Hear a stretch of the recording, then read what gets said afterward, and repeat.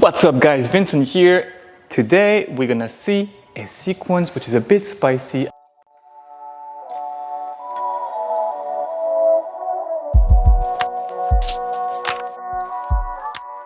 I would say if we had to divide levels, this is not a beginner sequence, this is not an improver sequence, this is an intermediate sequence.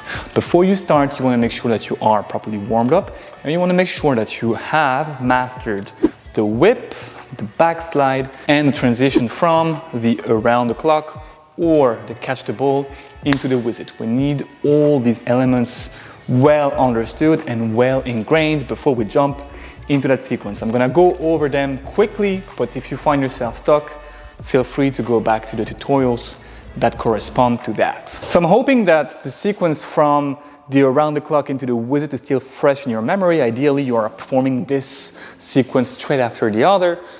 And you want to remember that the idea of the previous sequence was to anchor the hand that's slapping, that is driving the motion on the floor, to push against it and perform the Wizit.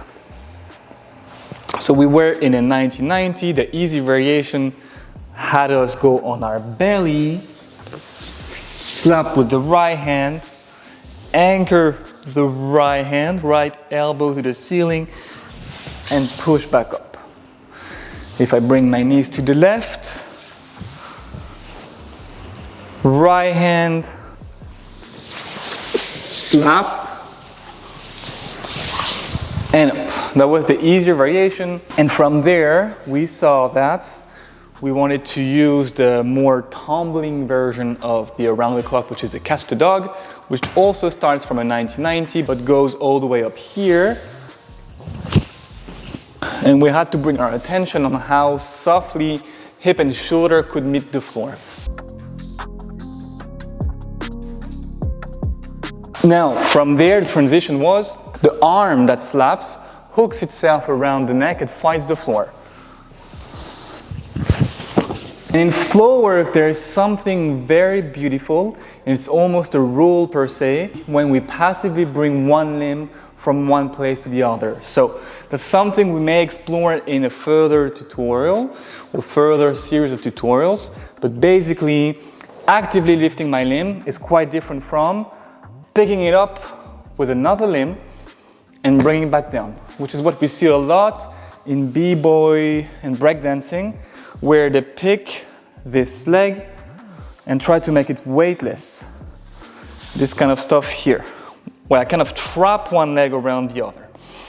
Well, for us to improve our catch the ball into the Wizit, we need to start thinking about this.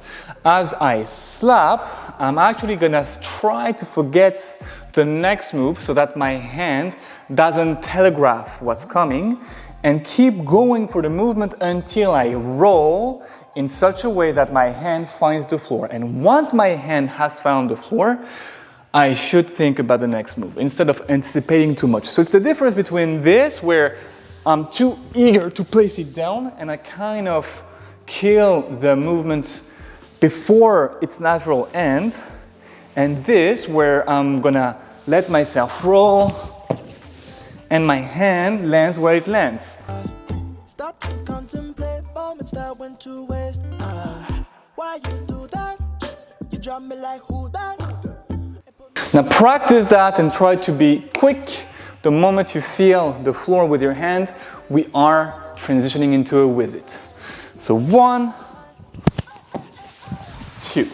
Again, that's one way of seeing it. If you find yourself experiencing less difficulty by actively sliding the hand down, I have no problem with that.